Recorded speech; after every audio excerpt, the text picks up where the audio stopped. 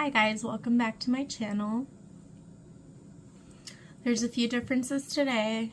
I'm filming from my phone because my camera is dead and I don't know where the charger is. But I wanted to talk about my life's journey with God.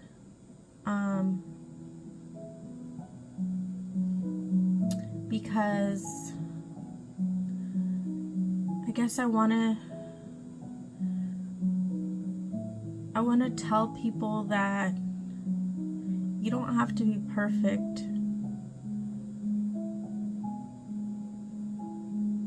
to have a relationship with God. Jesus died on the cross for us because we're sinners, and He wanted to save us from our sin, so He died for us. And if we believe in Him and trust in Him and follow Him, we'll have eternal life. We will go to heaven. And I'm really, really happy that I'm trying. But I did write down honestly, I'm not sure what a testimony is, but what I believe my testimony is. And yeah, I wanted to read that for you guys. And yeah, let's get started. Oh, my makeup is on theme. I'm not sure if I said that already. But yes. I want to tell you how I met Jesus. God has always been with me. I just couldn't see it at the time. Let's start in the beginning. I was born in 1990, the last of 10 children. My parents had me later in life, Mom 43, Dad 48. They grew up Catholic and raised me the same. Church every Sunday. My parents spoke God into my life. But even so, generational curses led to afflicting others, which led to self-loathing on my part and poor decision making. One of my first memories is that I craved depth of thought or profound conversations, which I think is kind of crazy to think about now because I was a kid. But the first people I wanted to converse with was my mom and dad. They just didn't have time or energy because they worked a lot. Also, they weren't too young, so they had less patience. I just sort of did as I was told, or I didn't.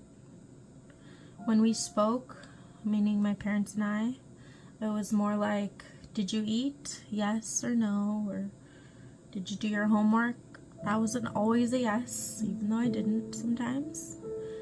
Did you clean? Yes, no. Don't do that. Okay, why not? Do that. Okay. It sounds like I'm saying they weren't loving, but they were. I would hug my mom and tell her I love her, and she would say it back. Hindsight, my dad would show it as well by working hard, putting a roof over my head, making sure I wasn't hungry, taking me to and from school, buying me the clothes and shoes I needed. As I said before, I craved in-depth conversation, and I had many questions, mostly why. Yet I was never satisfied with the just because answers.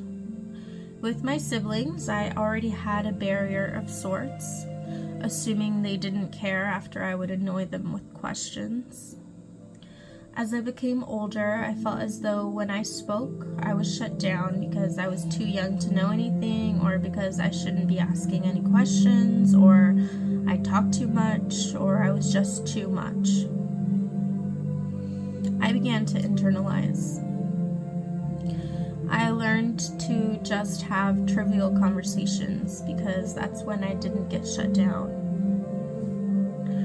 Later in life, about 9 or 10, I was put into Sunday school, which is to do my first communion, the second sacrament of Catholicism after baptism. I learned bits and pieces of the Bible, but to be honest, I just wasn't interested. I wanted to socialize and play with the other kids. I do remember liking what I learned and that I loved God, Jesus. A few years later, one of my brothers was baptized Christian. I was able to learn some stuff from him, like he would ask my mom and dad why they worshipped idols if in the Bible it said not to, and why did they pray to the Virgin Mary if the Bible it said that God was a jealous God. And I wasn't sure if that fascinated me because he would show them the passages in their own Bibles, or because I was a preteen and rebelling against my parents was just naturally happening. Fast forward to when I was in high school, I started to dress in all black. I liked that type of music and I wanted to look like the artist I idolized. I had a fascination with being different because that's how I'd always felt. Like I just never fit in anywhere, not even my family. It was then when I started to have questions. Who is God? Why does God allow suffering? This is when I began to oppose going to church seriously. If I did it before, it was because I just didn't want to sit for so long.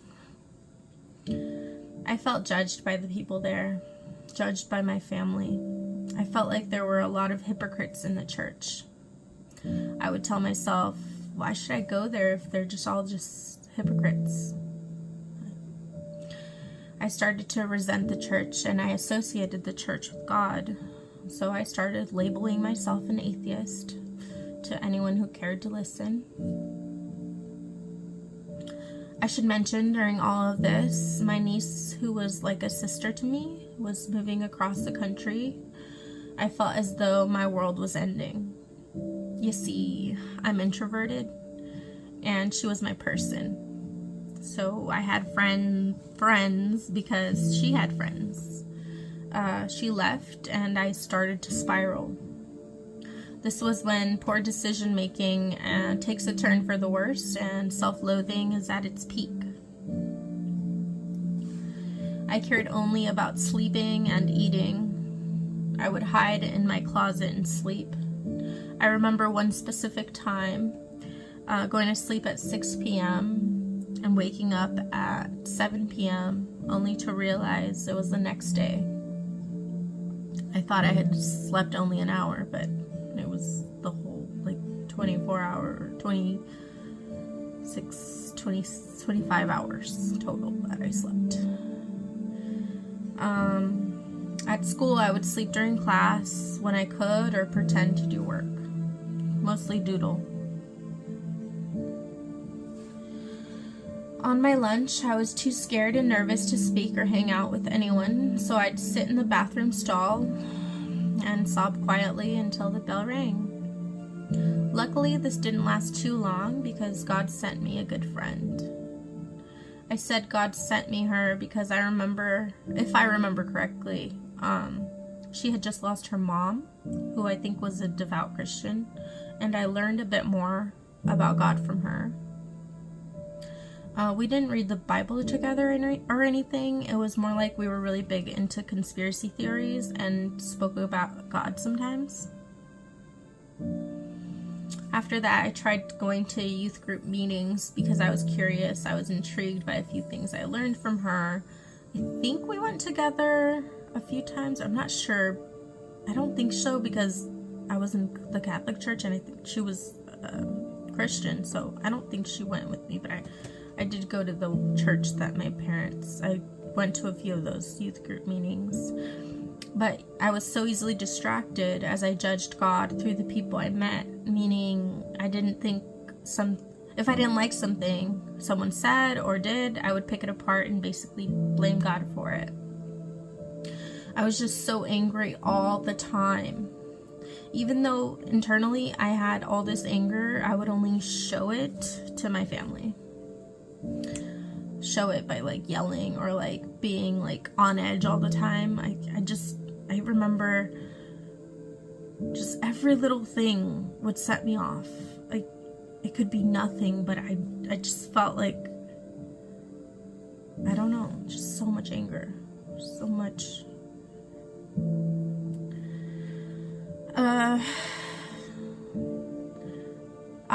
I would say I became an expert at masking because though I spoke to my family and had friends of my own now, and spoke to them, no one truly knew me at this point.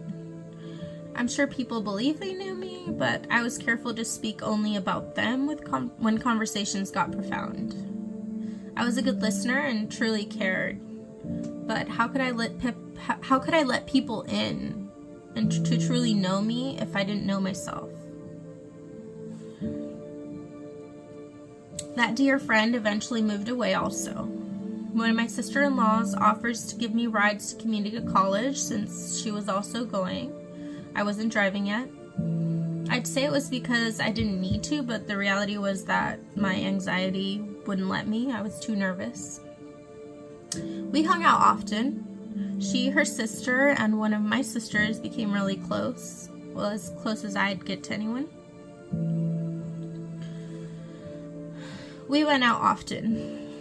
I drank until I blacked out or close to it. I was still making poor decisions, going through the motions. I have been for a while. However, I tell myself I'm the happiest I've ever been. Interestingly enough, telling myself that sort of worked. My mission became lose weight, dress to the nines, and live a life of positive thinking.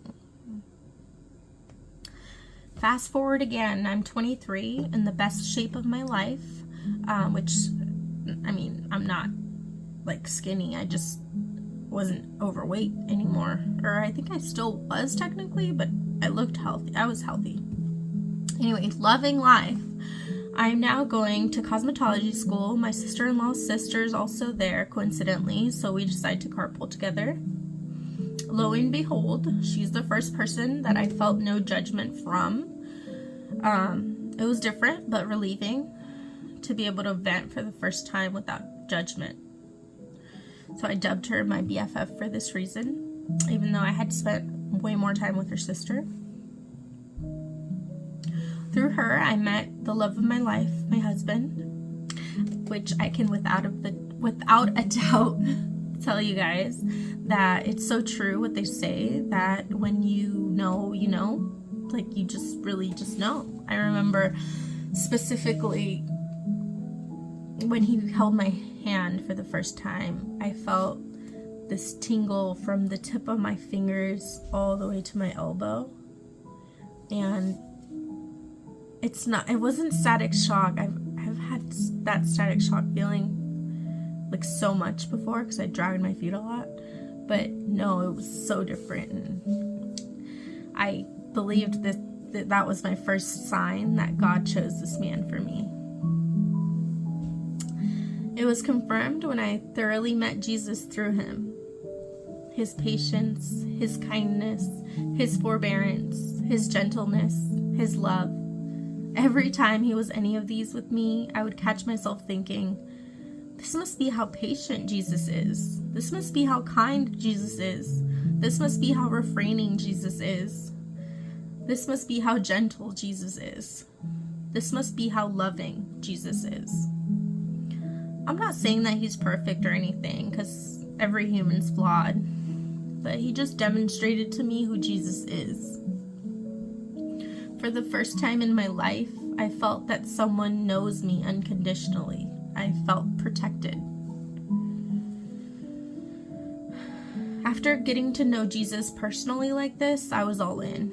A couple years after we got engaged, even though I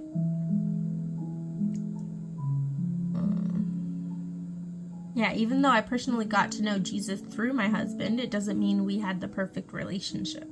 There were highs and lows. We both had gained a lot of weight, as couples usually do. And a few years after, we got married, December 19, 2019. Throughout the whole of the relationship, I was a whirlwind of emotions, a cumbersome person, if you will. It would go anxiety, depression, mask, normalcy, anxiety, depression, mask, normalcy, anxiety, depression, mask, normalcy, ad nauseum, just not necessarily in that order. Mid to end of 2020, I got the urge to start reading the Bible. I think a lot of people did because of all the uncertainty in the free time. My BFF was thinking the same thing. We got together with our sisters for Bible study, but it didn't pan out. I got to the point where I would rarely come out of my room, only sleep and eat again like before, only this time if I was hungry, my husband would bring it to me. Yeah, so I pretty much went into depression, which I had done so before, just came back again. I was just so numb a lot of my life that I don't even know.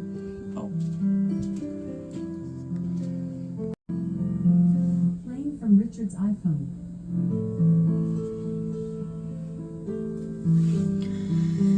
Okay, so like I was saying, sorry I had to cut, but I'm back. Yeah, so I was just really numb a lot of my life, and I don't really remember how many times I went anxiety, depression. It was a lot, and I just wasn't there a lot of the time. I know I don't remember a lot because of just from what I've read or heard or seen as like a dissociating, like I just wasn't there mentally. Anyway, all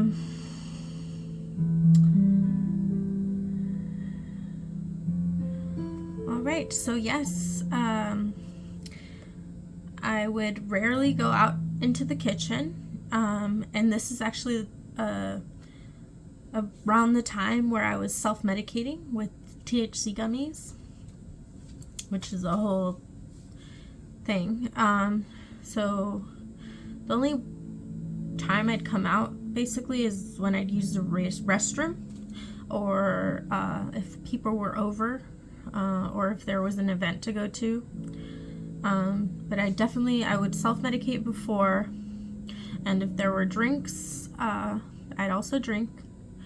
I even thought I was fixing myself, self-medicating, but it only helped.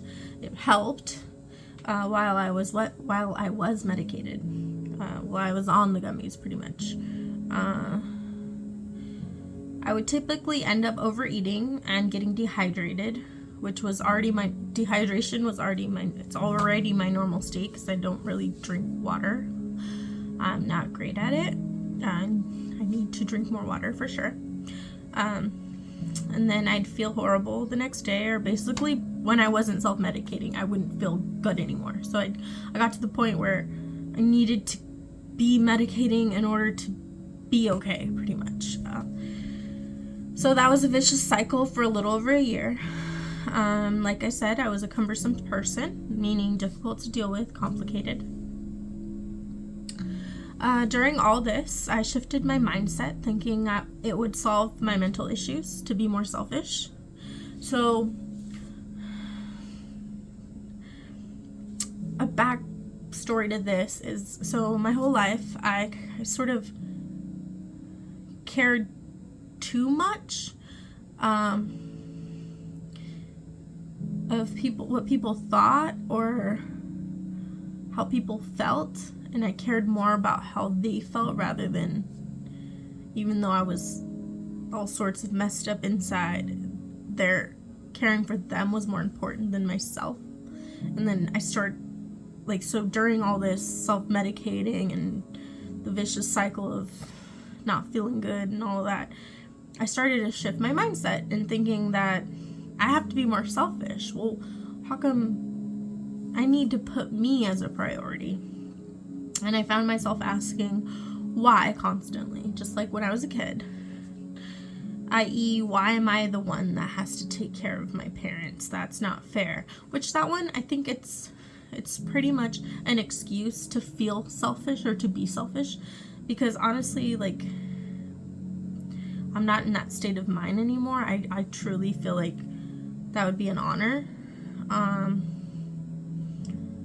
And I don't mind. I don't mind at all to do that. Yeah. Then why do I feel like my brother's keeper? Why does it feel like I care more than he cares? That's a whole other story that I don't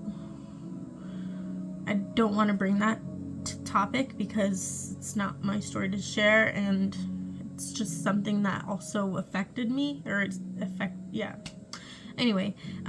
So that was that.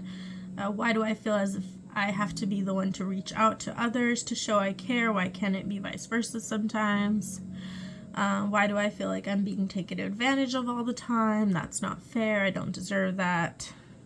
And through all this, like, feeling selfish, I'm like trying to seek the Lord, but I think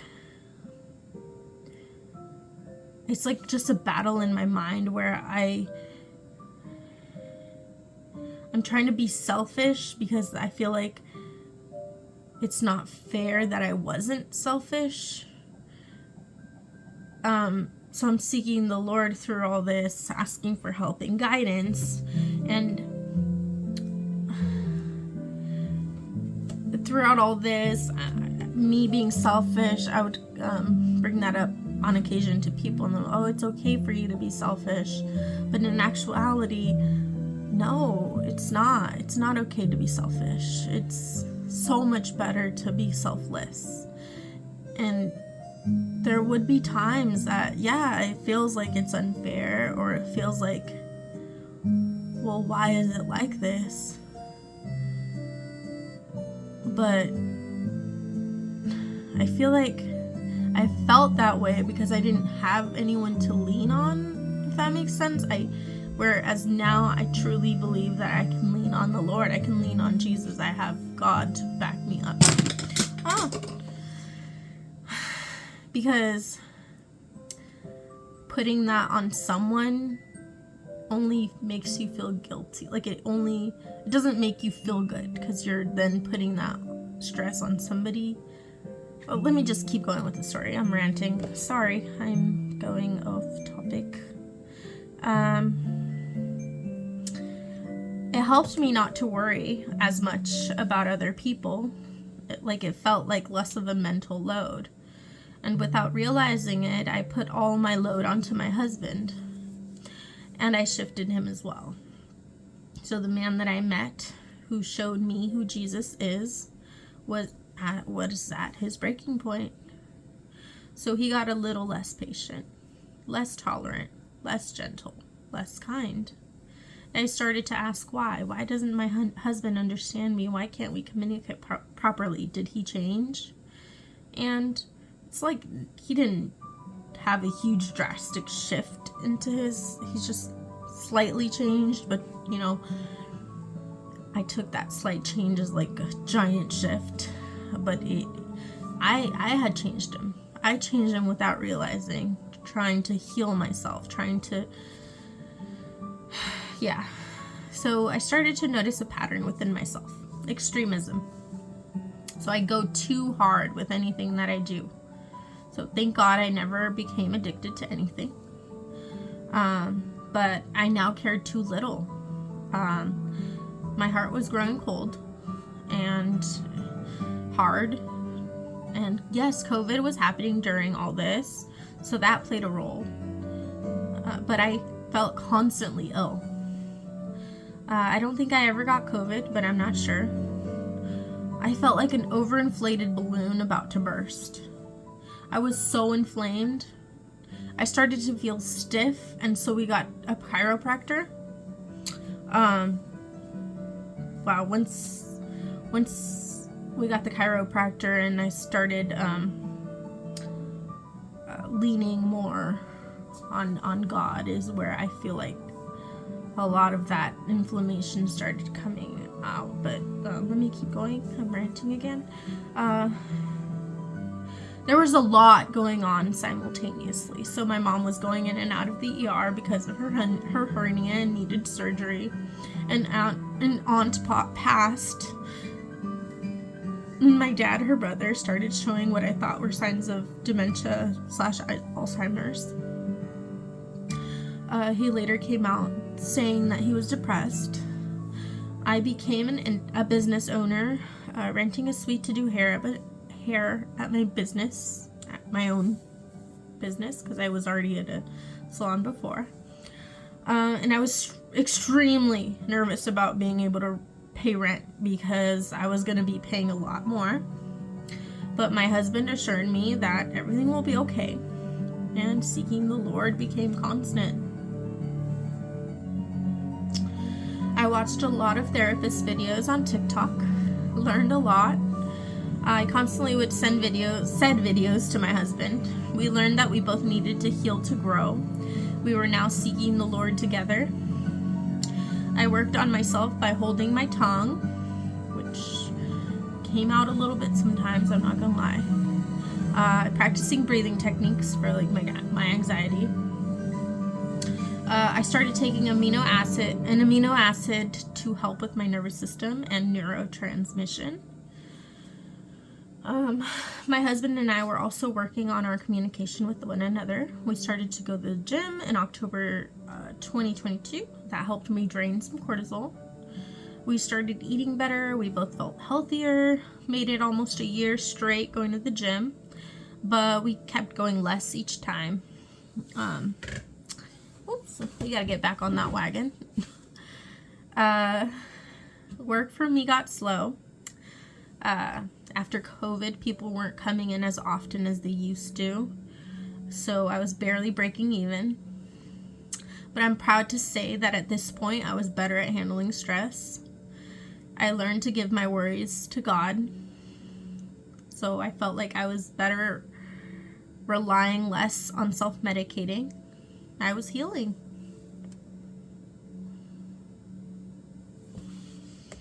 We started to going to church. I loved going, and I felt in my heart that I didn't want to drink anymore, so I stopped in June 2023, which honestly I didn't drink much anyway, so it was easy for me to stop. I still drank, but it wasn't a daily thing. After, I think a little bit in the beginning when my husband and I met, I would drink like on the weekends, or maybe once a week, something like that. But because I had drank so much before that, like my 20s, even a little before my 20s, and yeah, it was just that feeling, I didn't like it, and I didn't want to do that anymore. So it was just a sometimes drinking, but so that was easy to leave pretty much. Like I just stopped. I haven't drank since. Yeah, I was nervous to see what people's reaction would be because I did stop. But after I made that decision, the first event we went to was one of my brother's birthday, and I was actually happily surprised that there was little discussion as to why I was no longer drinking. They respected my decision. It was this day I learned how much we as humans rely on others for our own happiness. We drink to be able to loosen up and have fun. Why not just have fun? And that's what I did that day. July 2nd, my husband and I got baptized. And here is actually where I thought everything was going to change. Like, I thought getting baptized, you're like, okay, like, you're going to be... Hang on or I'll be right back. I'm back. I had to make sure that song was not copyrighted. Yes, so this is when I thought everything would change and that I would, I don't know, like it would be like a drastic difference, but no. So I definitely noticed that like colors seemed brighter, and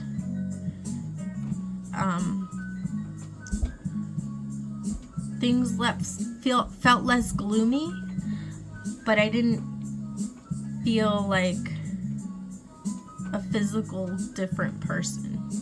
I don't know if that makes sense, but I thought that once I got in that water and I got up, I would feel like a different person, but I didn't. I felt like me, just colors seemed more colorful and the light seemed brighter and more joyous, I guess would be. It just was more joyous.